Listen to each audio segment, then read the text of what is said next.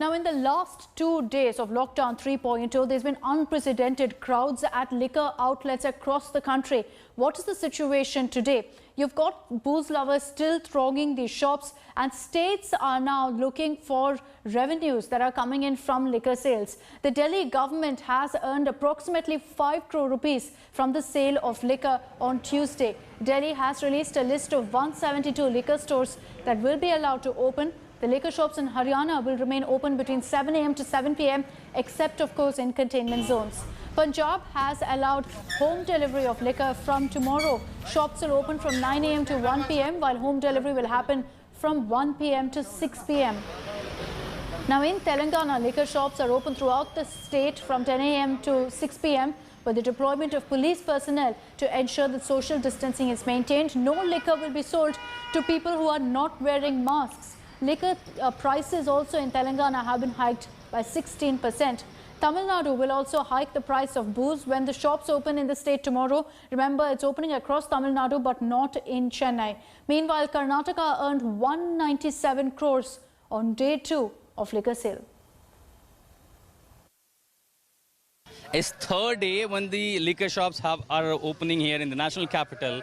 But what are these images telling us? I'm here at the gold market and police continuously making announcement for the people, those who are gathering outside in the periphery of these shops, that not to gather, and of course social distancing is must. So how these social distancing are being followed? That's one of the liquor shop here in the gold market area, the Lutyens territory, Lutyens Delhi. But now the footprints that you see, the circles that have been made here, these are for social distancing. And that's not just for few meters, few feet, but the line goes for 1 kilometer. कितनी लंबी line बनाई है आपने? हमने 1 kilometre तक line बनाया है। 1 kilometre लंबी किलोमीटर तक लंबी लाइन बनाया है। हाँ हाँ।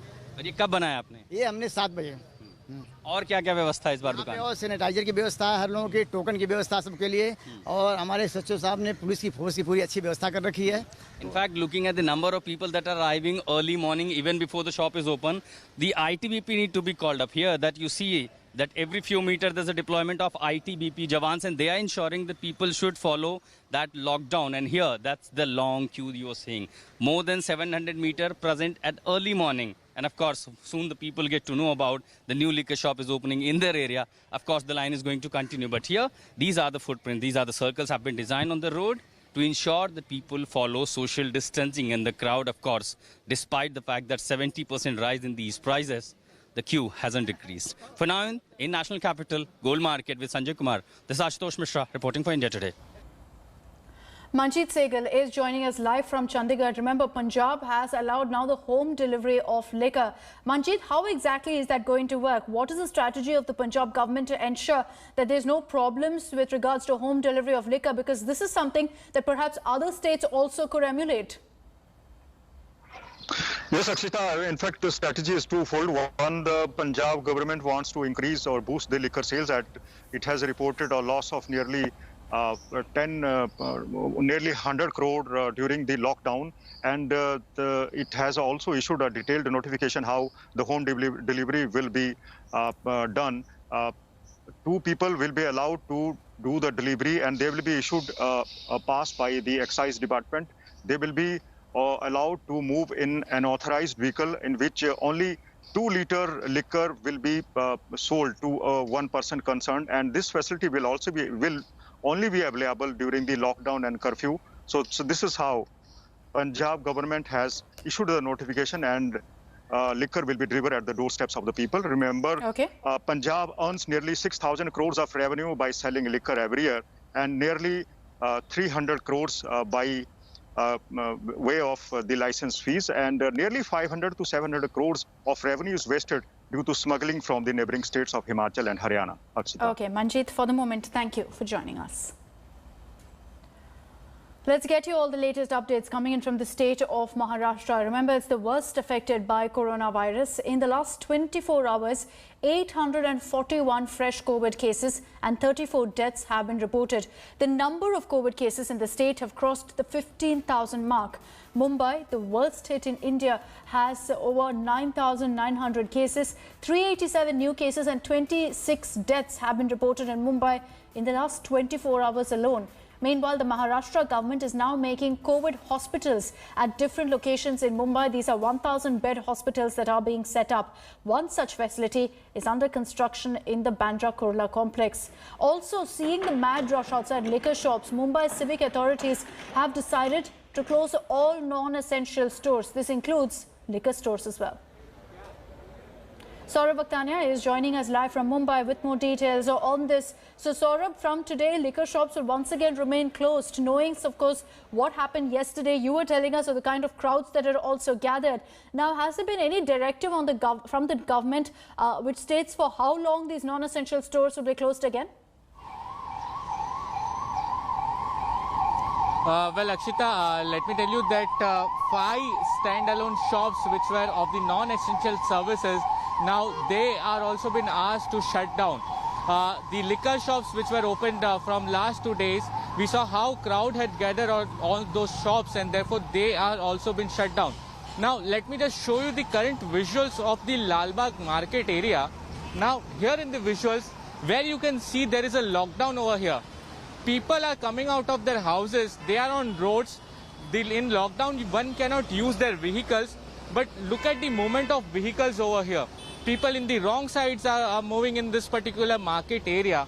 There is heavy presence of cops present over here, continuously asking the people that only if necessary they should come out on the roads or come to the market, but people are not listening. Now they have started to find people. You can see one more guy over here who is going through this wrong side. So this is the particular situation of Mumbai, and this is why in the BMC order yesterday, the BMC Commissioner Praveen Pardeshi clearly said that the coronavirus cases in Mumbai are on the all-time high. The downward trend is not setting in. So there is a lot of panic and fear that the cases will increase more and more, and therefore people have to understand they should stay inside. Yes. But if you can see in these visuals currently from Lalbagh area, here in the visuals you can see how so many people are still out on the road. They are coming out with their vehicles, with other family members, and they are buying food items. And many of them here, the people are also giving lathi charge has been done over here. So such is the situation, Ashita. Okay. And people actually have to understand that the situation is very serious in Mumbai, and they should not come out and only if it's very necessary they should come out. So cops trying in here very hard so that people get dispersed from this particular market area. The message from the authorities clearly is that you stay home and stay safe. Just because there are relaxations in the curbs doesn't mean you step out unless absolutely necessary. Saurabh, thank you for joining us. It's over to the state of Tamil Nadu, one of the worst affected states from COVID-19. It's reported 508 new cases on Tuesday. 279 new cases of those were reported in Chennai alone. The city has over 2,000 coronavirus cases. Tamil Nadu Chief Minister Edappadi Palaniswamy held a video conference with people of the state, assuring them that the government is doing its best to contain the spread of the virus. EPS also claimed that the state has the highest number of testing in the country. On Tuesday, 11,858 people were tested and more than 1,74,000 people have been tested so far. He also added the spike in numbers are because of the higher testing rate. EPS also said that people should not be afraid as the recovery rate in Tamil Nadu is high. The total number of cases right now in the state is nearing the 4,000 mark. இன்றைக்கு சென்னையில் வேகமாக பரவுவதற்கு காரணம் அதிகமாக மக்கள் நிறைந்த நகரம். தமிழகத்திற்கு தலைநகரமாக விளங்குவது சென்னை மாநகரம். குறுகலான தெரு, அதிகமான மக்கள் வசிக்கின்ற பகுதி. இதனால் எளிதாக நோய் ஒருவரிடமிருந்து மற்றொருக்கு பரவிவிடுகிறது. So the Tamil Nadu Chief Minister is saying that it is because of Chennai's dense population that the number of cases is on the rise. We've also decoded 5 factors that's contributed to the sudden spike in the number of cases in Chennai in the last 10 odd days. The first factor is that of the Coimbatore market, the market cluster in the city. Now, Coimbatore market is Asia's largest market and it was kept open during the coronavirus crisis. And that's why over 100 cases at this point have been linked to this market. It started with one shop vendor testing positive, and then they found out that several customers who visited the market had also tested positive for coronavirus. Therein started a massive contact tracing exercise, and till now it's been identified that there are cases all the way in Kerala that's been linked to this particular market, the Coimbatore market. Questions have been asked, of course, of the authorities as to why this market wasn't closed in the first place. Now, factor 2 that we are looking at here is the double lockdown. This was a step that was taken by the authorities to ensure that there would be no spread, and Chennai was one of the districts in Tamil Nadu where there was a lockdown within the lockdown.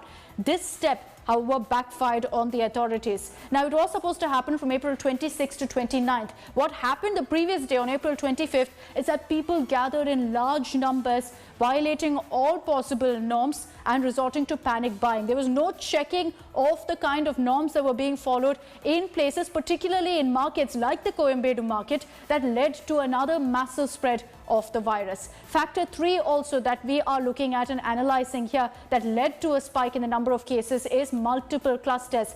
In the city of Chennai alone, there are 5 clusters. Besides the Coimbatore market cluster, you have a religious gathering that happened in Chennai's Thiruvika Nagar. Then you had, of course, the Tablighi Jamaat event. Maximum attendees came from the city of Chennai. And that's why within the city limits itself, there are so many containment zones. Factor 4 is that of asymptomatic cases. This is a huge challenge for authorities because they've told us that nearly 98% of the cases in Chennai have been asymptomatic. So what have the authorities done there? They've ensured that house-to-house screening is done in every containment zone, and anyone who shows the slightest symptom is immediately quarantined. So this is an uphill task also to ensure that there's no community transmission in densely populated Chennai. Factor 5, and this is something that the Tamil Nadu Chief Minister also touched upon, is aggressive and extensive testing that's on in Tamil Nadu. Testing particularly has been increased in Chennai in the last few days, and that's why you've seen that sudden spurt, that sudden spike in the number of coronavirus cases in Chennai. What we do at this point, going by what the Greater Chennai Corporation has said, is that 5,225 tests have been conducted per million as of May 1st. And that really has shown why there's been a sudden rise in the number of cases. This is something that the Tamil Nadu Chief Minister also spoke about. He states that Tamil Nadu has tested more than any other state in the country. Let's also get you the latest details from Telangana, where the government has decided to extend the lockdown in the state until May 29th to tackle the coronavirus outbreak. Now, the state government has decided to continue night curfew in the entire state. Of the 33 districts in Telangana, 6 districts, I beg your pardon, are in the red zone, 18 are in the orange zone, while 9 districts are in the green zone. Addressing the media last evening, Chief Minister K. Chandrasekhar Rao appealed to people to cooperate with the decision on extending lockdown. He warned that those breaking night curfew would face the full force of law. In addition to the set of lockdown guidelines, the Telangana government said that only 10 people will be allowed to attend funerals, and for weddings, the maximum number is 20 people. There are over 1,000 COVID-19 cases in Telangana, of which over 500 have been discharged after recovery. Ashish Pandey is joining us live from Hyderabad with more details on this. Ashish, what really is the thinking behind this move by the KCR government? Because, you look at the numbers in Telangana, it definitely looks like they have the crisis under control. So why really has KCR decided that they need to extend the lockdown so early? If we see the entire approach of Telangana government is quite proactive, and remember, it was Telangana which had announced a complete lockdown in the state before a nationwide lockdown by announcement by Prime Minister Nadu Modi. Later on, Telangana further extended lockdown till 7th of May. Now, yesterday, Chief Minister K. Chandrasekhar Rao held a cabinet meeting. It was extensive and lengthy cabinet meeting for almost 7 odd hours. And after that cabinet meeting, the government decided, and Chief Minister himself announced that now the lockdown situation will remain in the state till 29th, till the end of this month. The logic behind this extension of lockdown, that though cases are under control, it is witnessing the cases. Government is witnessing a fall in numbers of COVID-19 cases number, positive cases number. But largely 60% of the cases is still coming out from these 6 districts which are under lockdown, which includes Greater Hyderabad Municipal Corporation region, Hyderabad, its neighboring Rangareddy and Medchal, its neighboring district of Suryapet and Vikarabad. So Chief Minister K. Chandrasekhar Rao has clearly said that till the time the complete graph will not become zero, it will not flatten, the state will observe restriction. Shops are only allowed, essential shops are only allowed. Though Telangana has allowed liquor sale from today with 16% hike, 10 to 16% price hike. But if we talk about normal life in orange zone or green zone district, there also a complete relaxation has not given. There are also certain restrictions are there. Not all shops, only 50% shops are allowed. Normal life in cities are still under watch, under strict vigilance. Okay, all right. Ashish, thank you for joining us with all those details. Let's get you the latest from the state of Gujarat, which has also seen a high number of cases in the last 24 hours. In fact, it's reported the highest number of fatalities in a single day. 49 deaths were in fact reported in the last 24 hours. Out of these, 39 fatalities have been reported from Ahmedabad alone. The death toll in the state has now crossed the 300 mark. Ahmedabad currently is a major hotbed in the state with 349 new cases. The Ahmedabad Municipal Commissioner Vijay Nehra has quarantined himself after coming in contact with a coronavirus positive patient. The State Health Department has already set up an expert committee to review the city municipal corporation's efforts in fighting coronavirus. Now, with every single day, there is a rise in the number of coronavirus cases in the country. But authorities are focusing on ensuring that they keep the mortality rate under control and ensure a higher recovery rate. Let's break down for you exactly which state has the highest mortality rate at this point. West Bengal has a mortality rate of 10.56%. Very worrying figures, which remember the West Bengal government has contended, saying that this is false data from the center. After West Bengal, you have the state of Madhya Pradesh, which has a mortality rate of 5.7%, which led to questions about whether there is a more lethal strain of coronavirus in cities like Indore and Bhopal. In Gujarat, the last 24 hours, we've seen a spike in the number of deaths. That's reflected also in the mortality rate, which is at 5.4% in the state. And then you have, of course, the state of Karnataka, which has a mortality rate of 4.2%. Karnataka has been very successful in controlling the spread of coronavirus, but the mortality rate is something that is still worrying. Maharashtra, the worst affected state by coronavirus with the maximum number of cases,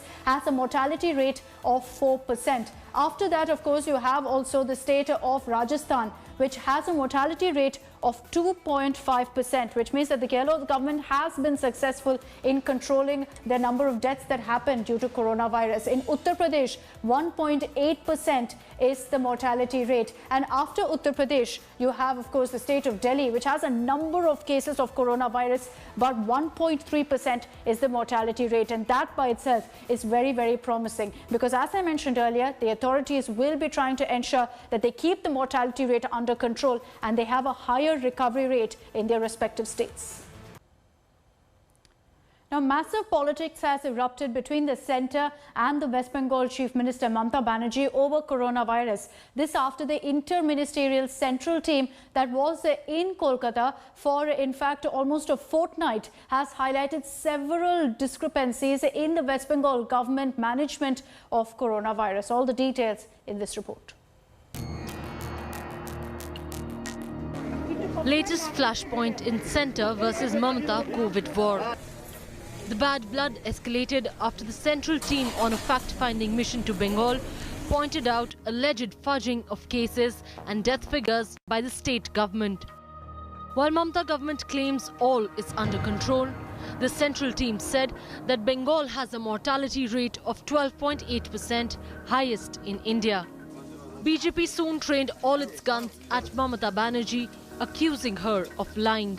Mamata Banerjee झूठ बोलती है, उसका पूरा प्रशासन झूठ बोलता है, chief secretary झूठ बोलता है। चीफ सेक्रेटरी के ऊपर ये तथ्य छिपाने के लिए उसको अगेंस्ट में मामला करना होगा हम लोग को। पश्चिम बंगाल में जो शासन तंत्र चल रहा है और जहां कोविड-19 का पूरा सिस्टम फेलियर हो चुका है, इस सिस्टम को के लिए आज उसको स्वीकार करना बाध्य हो गया है। यहाँ की मृत्यु दर सबसे ज़्यादा है, दुनिया में सबसे ज़्यादा, देश में 4-4.5% है, दुनिया में 6 से 7% है, यहाँ 13 से 14% है मृत्यु दर। इसको छिपाया जा रहा है। The ruling TMC strongly refuted the claim, accusing the centre of spreading misinformation. Mamata Banerjee government claimed that the central team is trying to snoop on the state machinery and is trying to defame it. They are not even giving us the amount we need and the amount we deserve. That also is not being released by them. So why should we hide?